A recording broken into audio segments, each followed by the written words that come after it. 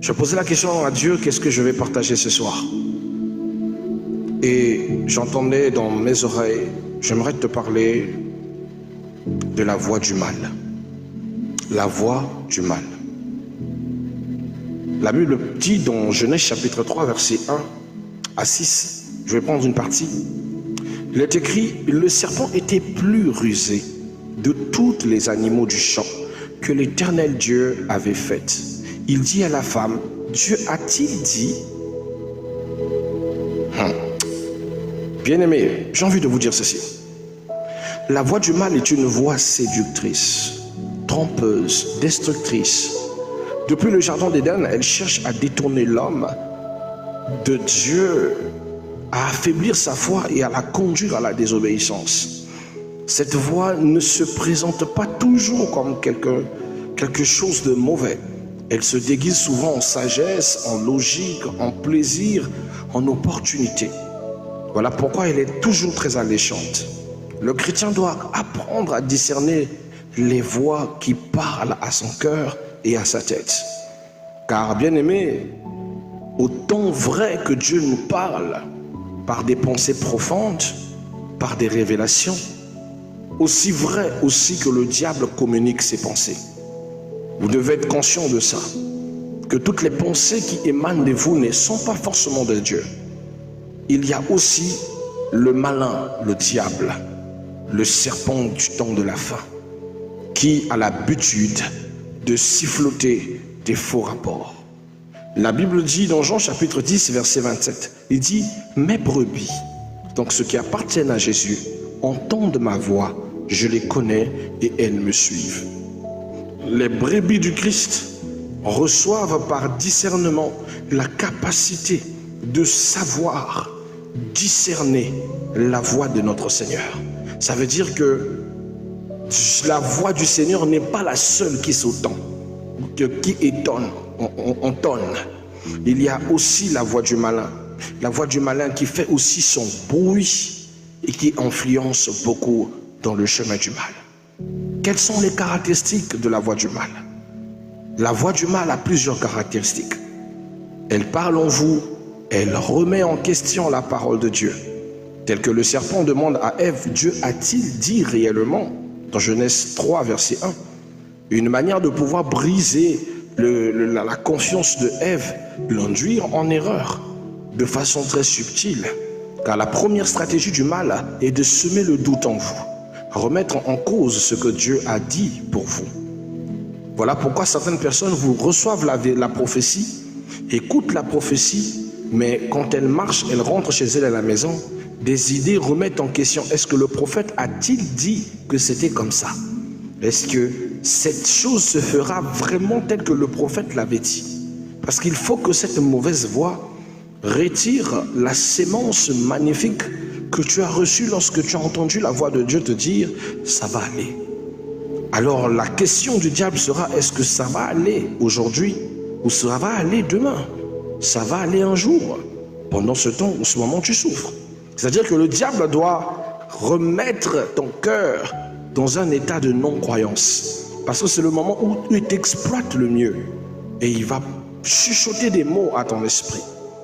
Pendant que tu penses que celui qui parle dans ta tête et qui sème toutes ces négativités, c'est Dieu, alors bien aimé, ou encore c'est toi-même, parce que le plus souvent on se dit que c'est notre conscience qui nous parle. C'est pas la conscience, c'est pas ta peur, c'est le malin. Tout ce qui est lié au détournement, tout ce qui est lié au doute, tout ce qui est lié à ces questions qui te poussent à sortir du droit chemin. Bien aimé, ne doute pas, c'est le malin. Car c'est l'une de ses stratégies de remettre en question ce que Dieu t'a dit, personnellement ou par la voix de la prophétie. Car bien aimé, aujourd'hui encore, la voix du mal dit, Dieu ne t'aime pas vraiment. La prière ne sert à rien. Tu ne vois pas que tu pries trop? La sainteté, oh, tu ne vois pas que c'est impossible? Tu as toujours des envies, non? Pourquoi tu penses que tu peux être sainte? Donc Dieu ne peut pas t'accepter avec tes péchés. Donc laisse pour toi, même si aujourd'hui tu dis que tu ne vas pas pécher, tu vas tomber, tu es humaine. Surtout ce mot-là, le mot qui retorque dans l'esprit des enfants de Dieu, tu es humaine. Et quand tu te mets dans ça, Peu importe les tentations qui arrivent, tu tombes. Pourquoi? Parce que tu as déjà accepté en toi que tu es humaine. J'ai envie de dire ceci. Tu es faite de chair. Oui, tu as revêtu la nature humaine. Oui, mais tu es un né de nouveau. La chose qui est vraie, c'est que depuis que Jésus est rentré dans ta vie, tu as cessé d'être un simple humain. Tu es un enfant de Dieu. Un enfant de Dieu n'est pas un humain. C'est un caractère différent. C'est un être capable, un être doué des raisons et des puissances. La Bible dit ceci, les fils des hommes demandent. Écoute bien, c'est la dimension de différence. Les fils des hommes demandent. Mais la Bible dit, les fils de Dieu emmènent à l'existence ce qui n'existe pas. Il faut choisir ta nature. Ou tu es humain et que tu continues à demander à Dieu, où tu es enfant de Dieu et tu peux emmener à l'existence ce qui n'existe pas. Parce que ce qui est un enfant de Dieu est un Dieu. Et un Dieu a la grâce créatrice, procréatrice, formatrice. Tu dois comprendre cette dimension. Si Dieu a voulu t'élever à son rang, c'est parce qu'il veut que tu arrives à l'état capable de produire, de faire des choses qui bougeront ton univers et même ton environnement. Donc ne tombe pas dans la piège du mal qui remet en cause le fait de la sainteté. Est-ce que tu peux être saint? Il te dit, tu n'es qu'un humain. Réponds à Satan, je ne suis pas qu'un simple humain. Je suis un enfant de Dieu. Ma destination, c'est le couronnement. La sainteté, c'est ma puissance, mon apanage. Les désirs sexuels sont logiques, mais dans un cadre. Les envies de la chair sont logiques, mais dans un cadre. Tu ne peux pas me mettre en erreur pour perdre ma couronne. Non, I'm not the simple man. Je ne suis pas un simple humain, je suis un enfant de Dieu. Il faut le lui remettre. Sinon, tu vas te mettre à dire oui, la sainteté c'est impossible. Donc je peux pas, je pourrai pas. Vraiment que Dieu me pardonne. Non, non, non, non, non. Tu trahis ton identité. Tu oublies ton identité. Voilà pourquoi la Bible dit, vous êtes des dieux, cependant vous mourrez comme des hommes. C'est une folie sur le ciel que la Bible nous dise ces choses. Christ dit à ce peuple dans Jean 10, les mêmes paroles de Psaume chapitre 80, il dit, vous êtes des dieux, cependant vous mourrez comme des hommes. Pourquoi nous mourons comme des hommes? Parce que nous choisissons la nature humaine. Tu n'es pas que faite de la nature de l'homme, tu es aussi de la nature de Dieu. La Bible dit dans Genèse chapitre 1er, le verset 26, verset 27, peut-être tu l'as oublié. Faisons l'homme à notre image et à notre ressemblance, qu'il domine sur tout. Dieu t'a fait à son image et à sa ressemblance. Tu es la seule créature que Dieu a faite de ses mains qui lui ressemble. Tu n'es pas un chien, tu n'es pas un chiot, tu n'es pas un chat, tu n'es pas un chacal, tu n'es pas un poulet, tu n'es pas je ne sais pas quoi. Tous ces animaux à une libido réfrénée. Tu es faite à l'image de Dieu. Retiens ça, que le diable ne te trompe pas sur ton identité. Alléluia. Alléluia. Alléluia. Le diable viendra te mettre ce doute. Refuse. Il te dira, Dieu a oublié tes souffrances. Refuse. Car lorsque le doute remplace la foi, la chute devient proche. Romains chapitre 10, verset 17 nous dit, la foi vient de ce que l'on entend. Et ce que l'on entend vient de la parole de Dieu. Voilà pourquoi tu dois faire attention aux voix intérieures qui te parlent. Parmi ces voix intérieures, il y a ce que l'on appelle par la voix du mal. Une voix fausse qui est là pour te mettre en erreur. La deuxième des choses, dans les caractéristiques de la voix du mal, elle déforme la vérité.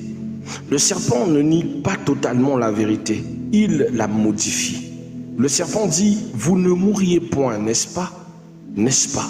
Il dit, si vous en mangez, si vous mangez du fruit de cet arbre, vous n'en mourriez pas. Oui, Dieu n'avait pas dit aux enfants, à Adam et à Ève, que ce fruit était un fruit mortel. Il a dit que ce fruit est le fruit du bien et du mal et ne veut pas que vous puissiez le manger. Mais la subtilité du diable, c'est de dire, non, oui, c'est vrai qu'il a dit, mais il a aussi dit, il n'a jamais dit que vous en mourriez. Bien au contraire, il dit, si vous mangez de ce fruit, vos yeux vous vont s'ouvrir et vous serez comme des dieux.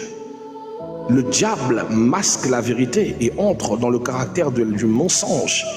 Car bien aimé, le mensonge le plus dangereux, est celui qui ressemble à la vérité.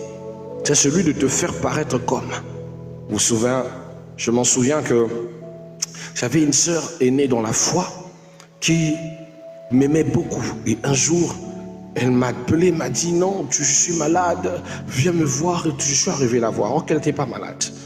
Elle avait tout simplement la faiblesse humaine. Et elle a commencé à me dire des choses, des sentiments qu'elle avait pour moi.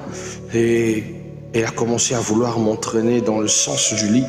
Je lui ai dit non, tu ne peux pas faire ça. On est des enfants de Dieu. Il faut que tu arrêtes ce genre de pensée.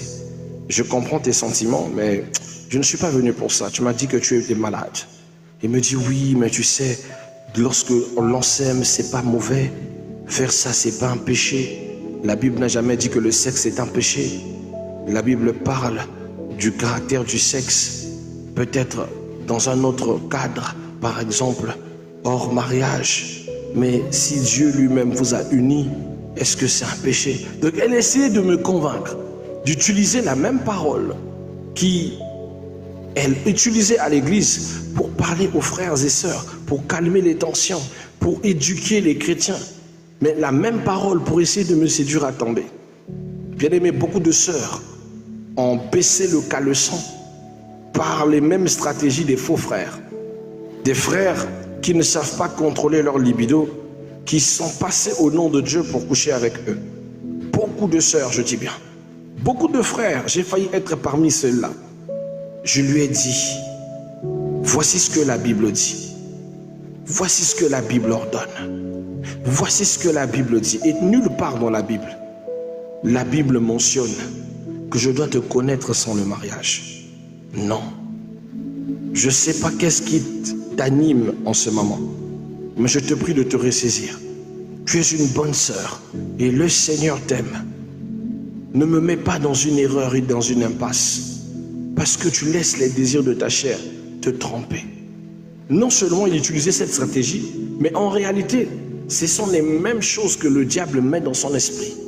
Ce genre de personnes, bien aimées, ont la vérité déformée. Oh oui, mais l'Église exagère.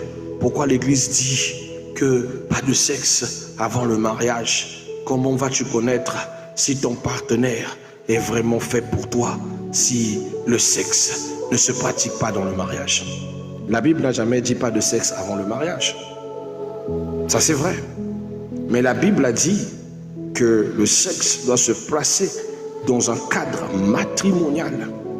Et le cadre matrimonial commence dans le processus marital. Voilà pourquoi dans la Bible, on avait déjà parlé de ça, nous voyons en référence des fiancés et des fiancés qui couchent ensemble. Parce que tout doit être sous l'observation matrimoniale. L'autorisation commence lorsque les parents se connaissent, lorsque les parents vous connaissent et assentissent à votre relation. Le mal, c'est de faire les choses derrière le dos du patriarcat. Nous avons déjà parlé de ce principe primordial, comme la Bible nous enseigne dans le principe même de la saine doctrine. Voilà pourquoi Joseph pouvait assumer la grossesse de Marie, et pourtant qui n'était encore que fiancée. Voilà pourquoi Marie, autant que fiancée de Joseph, n'est pas appelée sa fiancée seulement, mais dans le fiançailles, Marie est appelée femme de Joseph. Parce que les gens pensent que être fiancé, c'est réducteur. Ce n'est pas réducteur. La loi de la parole reconnaît le fiançage comme étant un parcours du matrimonial, et que celui qui est fiancé a la valeur d'être ton mari, ou même d'être ta femme. Vous comprenez? C'est des choses qu'on ne blague pas avec ça. Va dire ça à les églises mal enseignées, ils vont se fâcher. Mais ce n'est pas de leur faute. On a vécu longtemps dans cette mauvaise image et mauvaise appréhension. Et le diable, lui, il exploite, mais de façon maintenant à ne pas te mettre dans le cadre du matrimonial. Te dire que oui, le sexe hors mariage, c'est un péché. Parce que pour eux, le mariage, c'est la célébration finale. Or, la Bible parle du mariage lorsque vous commencez les pas du matrimonium. Nous rendons grâce à Dieu. Ne tombez pas sous les mauvaises voies du diable qui vous poussent à ça, qui vous font tomber qui change la vérité, qui déforme la vérité pour vous faire tomber. Restez cadrés sur la parole. Que la parole de Dieu soit votre lampe, votre lumière. Que personne ne vous induise à l'erreur. N'écoutez pas la voix du mal. Quand même vous savez que c'est mal, dites non. Shalom à notre précieuse Denise. Quand même vous écoutez la voix du mal, dites non. Choisissez la voix du bien. Parce que la voix du mal vous détruit. Vous éloignerez de Dieu. Son but, c'est ça. Vous mettre loin de Dieu. Détruire le peu de Dieu qu'il y a en vous. Alléluia. La Bible dit dans 2 Corinthiens chapitre 11 verset 14, il dit Satan lui-même se déguise en ange de lumière. Bien-aimé, Satan se déguise. Il se cache sous l'apparence d'un ange de lumière. Il te dit, fais-le, il n'y a pas de souci. Il n'y a aucun mal à ce que tu te fâches.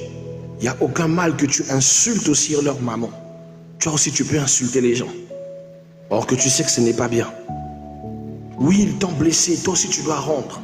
Tu n'es pas le sac de quelqu'un pour qu'on te blesse et tu te taises. Et pourtant la Bible dit dans 1 Corinthiens chapitre 15 verset 1er, une réponse douce adoucit les mœurs. Je veux dire à quelqu'un ceci, la voix du mal n'est pas loin, elle est dans ta tête. Le plus souvent ça parle, même très fort, mais c'est toi qui l'ignores, ou c'est toi qui ne sais pas que ça te parle.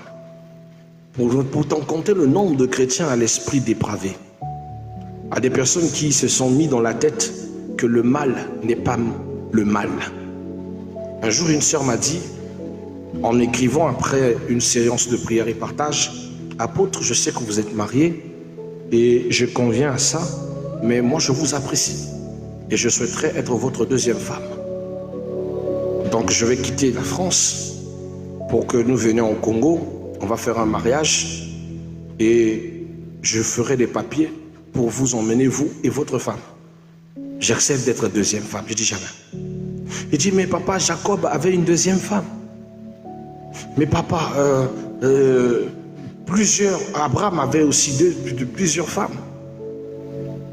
N'est-ce pas que ce n'est pas un péché d'avoir une autre femme? Il dit, la Bible, la même Bible que tu essayes d'utiliser pour me faire tomber, nous dit, lorsque tu prendras une deuxième femme, tu ne retrancheras rien à la première. La Bible dit quoi? Que tu dois être à même et capable de prendre les deux en étant correct avec eux. Ça, c'est la première des réalités de la Bible. Mais là où tu vas avoir mal, la Bible dit à tous ceux qui font vocation d'évêque, d'anciens d'église, qui reçoit capacité ministérielle, d'être un modèle en parole, en piété. Et la personne de la qualité de l'évêque ne peut pas être le mari de deux femmes. Il doit être le mari d'une seule femme et avoir des enfants avec cette femme. Je suis un évêque. Je ne peux pas avoir deux femmes. Donc tu t'es mal renseigné dans la Bible. Bien-aimé, jusqu'à aujourd'hui, je n'ai jamais bloqué cette sœur, mais elle passe, même dans les lives, elle passe et s'assoit plus. Est-ce sa faute? Non. Elle a été instrumentalisée par Satan pour essayer de me tenter. Souvenez-vous que Satan, lorsque Jésus est sur la montagne, il est en train de méditer après être allé dans le désert. Satan lui tente en lui disant, regarde toutes ces belles choses. Si tu t'agenouilles, je vais te les donner. Car Dieu me les a données. Il a raison. Satan ne vient jamais avec le tort, mais il vient avec une vérité sale et déguisée. Et Jésus lui répond de ne pas tenter le Seigneur. Le diable avance encore et dit, il est écrit que si tu te jettes et que tu te jettes du haut de cette falaise, il enverra des anges qui viendront te saisir pour que tu ne te heurtes même pas le bout du pied. Satan cite la parole. Parce que des fois tu penses que Satan n'est pas connaisseur de la Bible.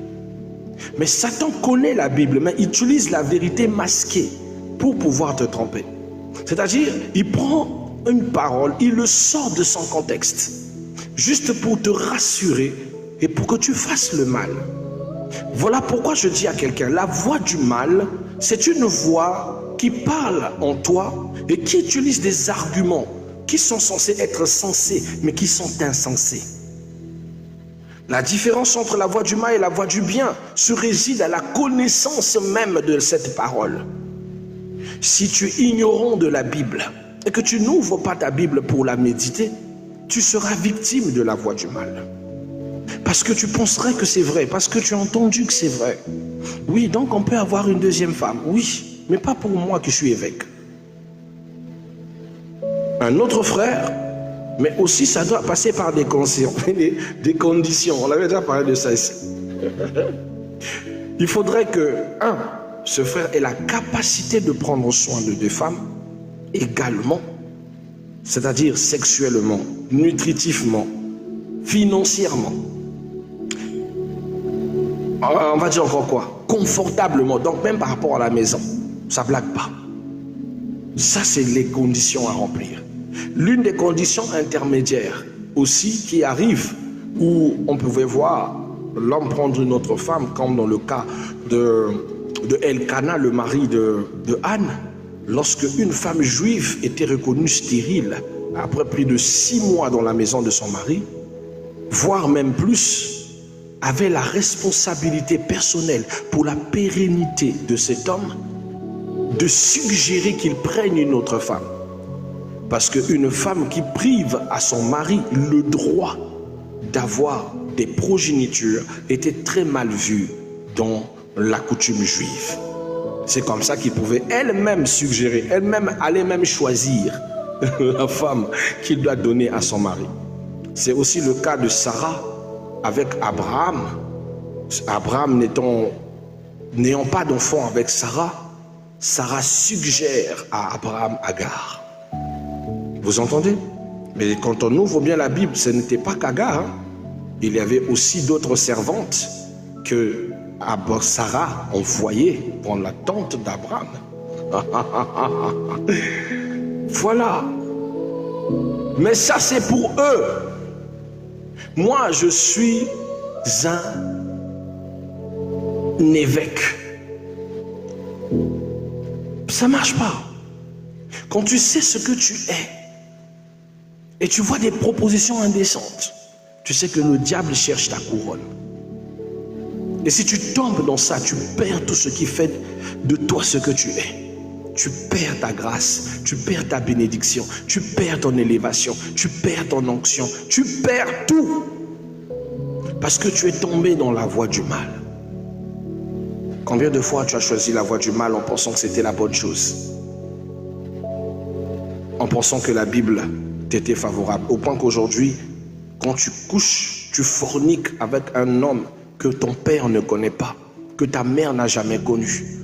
Tu n'as plus mal dans ton cœur. Tu trouves ça normal de souiller le temple de Christ. Quand même tu fais des bêtises, tu souris. Tu dors en paix après avoir transgressé la parole de Dieu, autant qu'enfant de Dieu.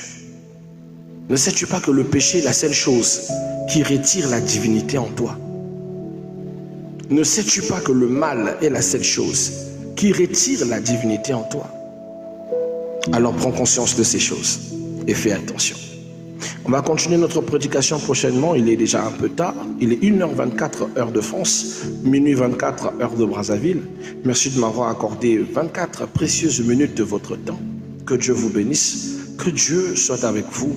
Et s'il vous plaît, n'écoutez pas la voix du mal. Ouvrez vos oreilles pour écouter la voix de Dieu. Elle est aussi dans votre cœur. Elle ne vous trompera pas. Elle n'utilise pas des fausses vérités pour vous induire en erreur. C'est cette voix qui te dit ne fais pas ça. Attention, Dieu n'aime pas ça. Ça ne te ressemble pas. Tu es mieux que ça. Tu vaux plus que ça. Cette voix est tortueuse. Tu as l'impression que cette voix n'est que négative parce que ça t'interdit le mal. Mais cette voix est votre bénédiction. Que Dieu vous bénisse, mes bien-aimés. Que la grâce du Père soit avec vous. Très bonne soirée sous la présence d'Elohim et l'Adonai. Qu'El Shaddai éclaire nos chemins. Amen.